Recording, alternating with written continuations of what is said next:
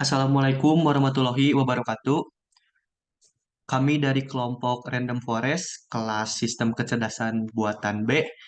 Di sini kita akan memaparkan tugas ujian akhir semester pada mata kuliah Sistem Kecerdasan Buatan dengan judul Studi Mendalam Deteksi Malware menggunakan klasifikasi Random Forest. Sebelumnya perkenalkan anggota kelompok kami, yang pertama Heru Ramdhani, yang kedua Muhammad Ridho Fauzi, yang ketiga Muhammad Bagja Nasrullah, yang keempat saya sendiri Muhammad Rizky Ramdhani, yang kelima Muhammad Tegar Haidar, dan yang terakhir ada Noval Sani.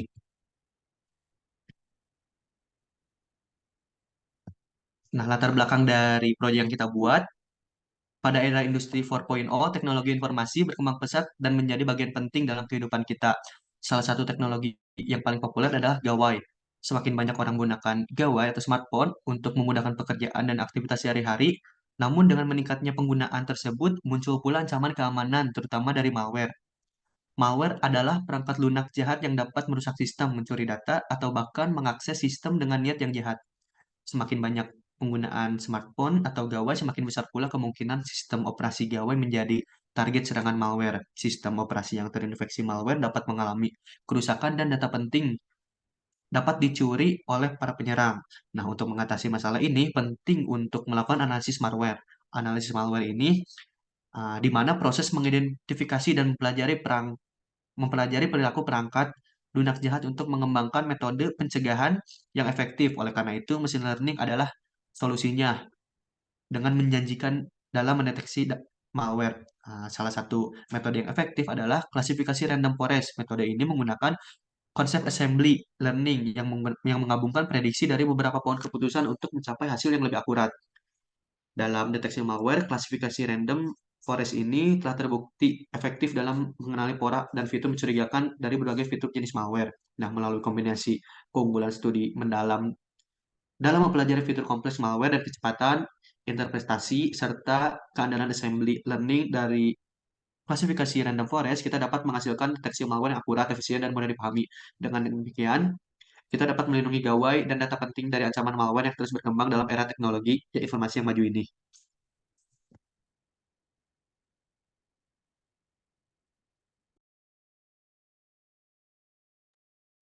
Baik, selanjutnya ada metodologi dan implementasi. Yang pertama ada data collection, malware static and dynamic feature, X-Haven and Cirrus. Total data set diperoleh dari UCI Machine Learning. Lalu menuju ke pre-processing, menghapus dua fitur dan menyeimbangkan data set dengan metode undersampling. Lalu selanjutnya ada evaluation, akurasi dan ulangi. Lalu selanjutnya ada modeling, metode random forest. Lalu ada evaluation, akurasi dan recall. Lalu ada beberapa poin dari metodologi dan implementasi. Yang pertama adalah untuk mendukung keberhasilan eksperimen dalam penelitian deteksi malware. Microsoft Excel digunakan untuk pre-processing dan Python digunakan sebagai platform untuk melaksanakan machine learning. Metodologi penelitian deteksi malware menggunakan beberapa langkah, yaitu pengumpulan dataset, pembuatan model klasifikasi random forest, dan evaluasi akurasi model menggunakan metode akurasi score. Dataset malware artifact.csv terdiri dari 3.500 sampel. Untuk analisis deteksi malware menggunakan algoritma klasifikasi random forest dengan jumlah dataset 3.500 yang berasal dari ViruShare, malware bazar, dan hybrid analysis. Selanjutnya, ada langkah-langkah dalam pemodelan algoritma random forest. Yang pertama, membuat dataset menggunakan library pandas. Yang kedua ada pemrosesan data, membersihkan dan menyiapkan data. Yang ketiga ada pemisahan dataset menjadi data pelatihan dan data uji. Yang keempat ada inisialisasi algoritma random forest dengan parameter yang relevan. Selanjutnya ada pelatihan model menggunakan data pelatihan. Terus selanjutnya ada prediksi menggunakan model yang telah dilatih. Yang ketujuh ada evaluasi kinerja model dengan menggunakan metrik akurasi dan lainnya. Flowchart pemodelan algoritma random forest untuk deteksi malware.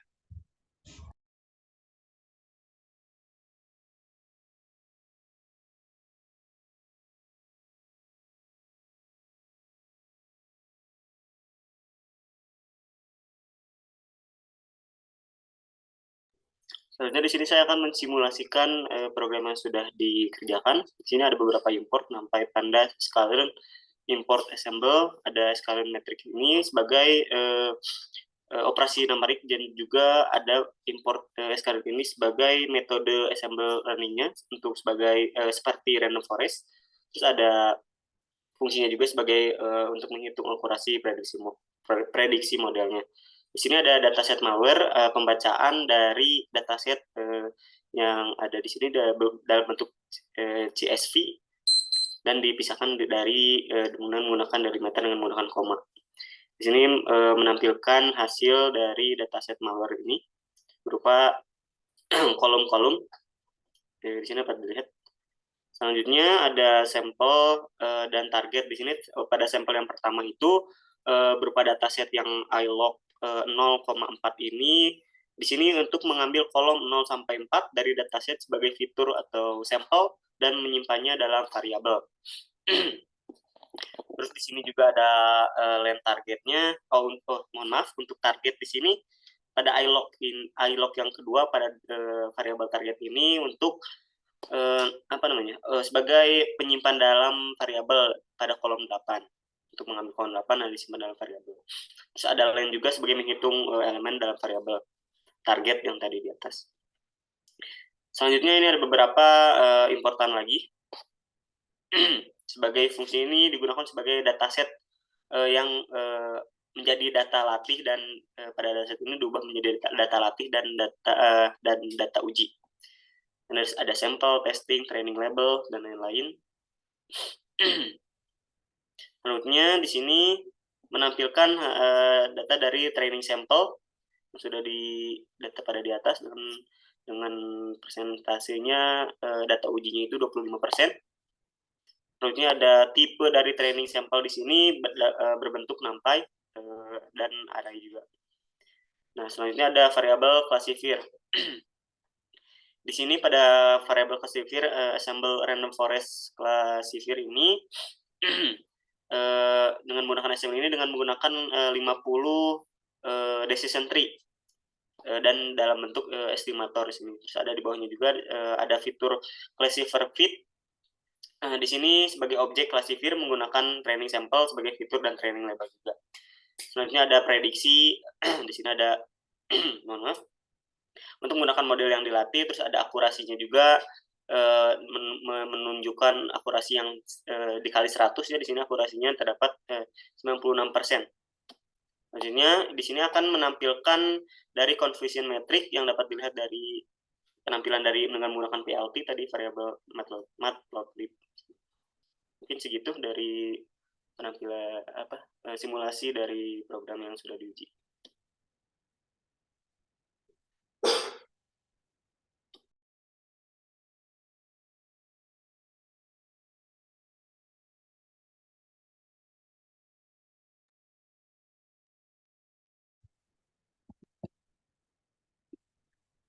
Baik, selanjutnya hasil dan analisis. Penerapan sistem deteksi malware menggunakan random forest classification melibatkan persiapan data, pembagian data, inisialisasi sphere, pelatihan model, prediksi, evaluasi kinerja, dan penerapan pada aplikasi nyata. Yang pertama itu ada persiapan data. Penerapan sistem pendeteksi malware dimulai dengan membaca dataset yang berisi atribut-atribut penting. Data tersebut kemudian diproses untuk memastikan kualitas dan kesesuaian sebelum digunakan dalam algoritma random forest.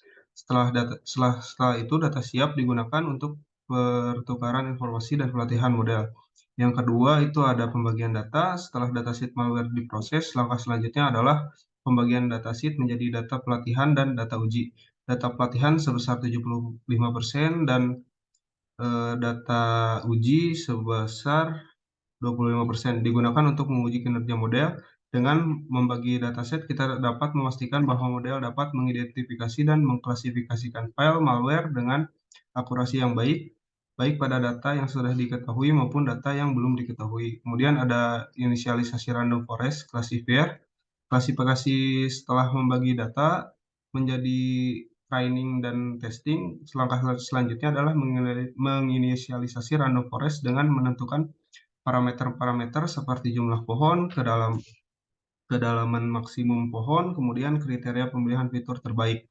Dengan mengatur parameter yang tepat, kita dapat membangun model random forest yang sesuai dengan kebutuhan dalam deteksi malware, yang akan mempengaruhi kompleksitas dan performa model dalam mengenali pola atau mengklasifikasikan file-file malware.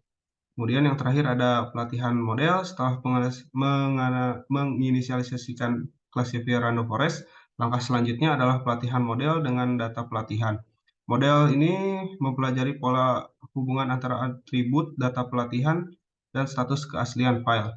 Melalui pembuatan pohon keputusan dengan subset acak dari data pelatihan, model beradaptasi dan meminimalkan ketidakmurnian. Dengan melatih model pada data pelatihan, random forest dapat mengklasifikasikan file sebagai malware atau bukan berdasarkan fitur-fitur yang ada.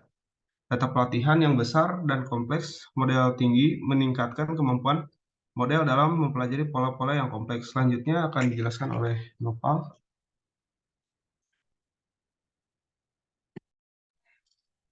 Selanjutnya ada prediksi dan evaluasi kinerja model. Nah, pertama itu ada prediksi. Setelah melatih model random forest menggunakan data pelatihan, maka selanjutnya dalam menerapkan sistem deteksi malware adalah menggunakan model tersebut untuk memprediksi keaslian file dalam pengujian. Hasil prediksi yang diberikan oleh model dapat digunakan untuk mengidentifikasi file yang mungkin merupakan malware dengan membandingkan prediksi dengan entry aktual dalam data pengujian. Kami dapat mengukur performa model dalam mendeteksi malware menggunakan metrik evaluasi seperti akurasi, presisi, daya ingat, dan square 1. Dengan membuat prediksi dengan model terlatih, kami dapat menguji performa dan keandalan sistem deteksi malware berdasarkan atribut data pengujian yang sebelumnya tidak diketahui. Selanjutnya ada evaluasi kinerja model. Setelah melakukan prediksi menggunakan model random forest pada pengujian data, langkah selanjutnya adalah menghitung metric score yang mengukur kemampuan model untuk memprediksi dengan benar keaslian file malware. Metrik evaluasi ini memberikan ikhtisar kinerja model dalam mendeteksi malware. Salah satu metrik evaluasi yang paling umum digunakan adalah akurasi. Akurasi yang mengukur sejauh mana model dapat mengklasifikasi data uji dengan benar sebagai sah atau malware. Nah, di sini dapat dilihat koefisien matriksnya. Pada satu label ini pada nilai nolnya yaitu false negatifnya atau kesalahan pada label ujinya itu sangat minim ya, di negatifnya itu berarti lebih banyak, lebih sedikit pada false positifnya. Dan ada labelnya itu di predicted labelnya teruji dengan true positif, nilainya sangat jauh di 9.000. Mungkin bisa di next. Oke, untuk implementasi sistem, yang pertama model yang teruji dapat diimplementasi dalam sistem deteksi malware melalui antarmuka pengguna interaktif. Jadi pengguna dapat mengunggah file yang lebih ingin diperiksa keaslian ini. Yang kedua, file tersebut akan diproses menggunakan model random forest yang telah dilatih sebelumnya. Atribut-atribut yang relevan seperti address of entry point, major linker version, major image version, dan lain-lain itu akan diekstraksi. Yang ketiga, model akan menerapkan aturan pembelajaran yang telah dipelajari untuk memprediksi apakah file tersebut adalah malware atau bukan. Hasil prediksi dan informasi tambahan seperti tingkat kepercayaan akan ditampilkan kepada pengguna. Empat, implementasi ini membantu pengguna dalam mengidentifikasi potensi ancaman malware dan mengambil tindakan yang sesuai untuk menjaga keamanan sistem mereka. Langkah-langkah penerapan sistem deteksi malware menggunakan random forest klasifikasi meliputi persiapan data, pembagian data, inisialisasi classifier, pelatihan model, prediksi, evaluasi kinerja, hingga penerapan pada aplikasi nyata. Next. Nah, yang terakhir ini kesimpulan. Implementasi sistem deteksi malware dengan random forest melibatkan beberapa langkah kunci. Data malware disiapkan untuk analisis, kemudian dibagi menjadi data, training, dan testing. Model random forest diinisialisasi dan dilatih menggunakan data training untuk mempelajari pola dan hubungan atribut dengan keaslian file. Model tersebut digunakan untuk memprediksi keaslian file pada data testing. Evaluasi kinerja dilakukan dengan metrik seperti akurasi, recall, precision, dan F1 score. Model dapat ditingkatkan jika perlu. Setelah teruji dengan baik, model dapat diimplementasi dalam sistem deteksi malware praktis. Ini memberikan solusi efektif dalam melindungi sistem dari ancaman malware. Mungkin segitu yang dapat kelompok kami sampaikan. Mohon maaf bila banyak kekurangan. Wassalamualaikum warahmatullahi wabarakatuh. Waalaikumsalam warahmatullahi wabarakatuh.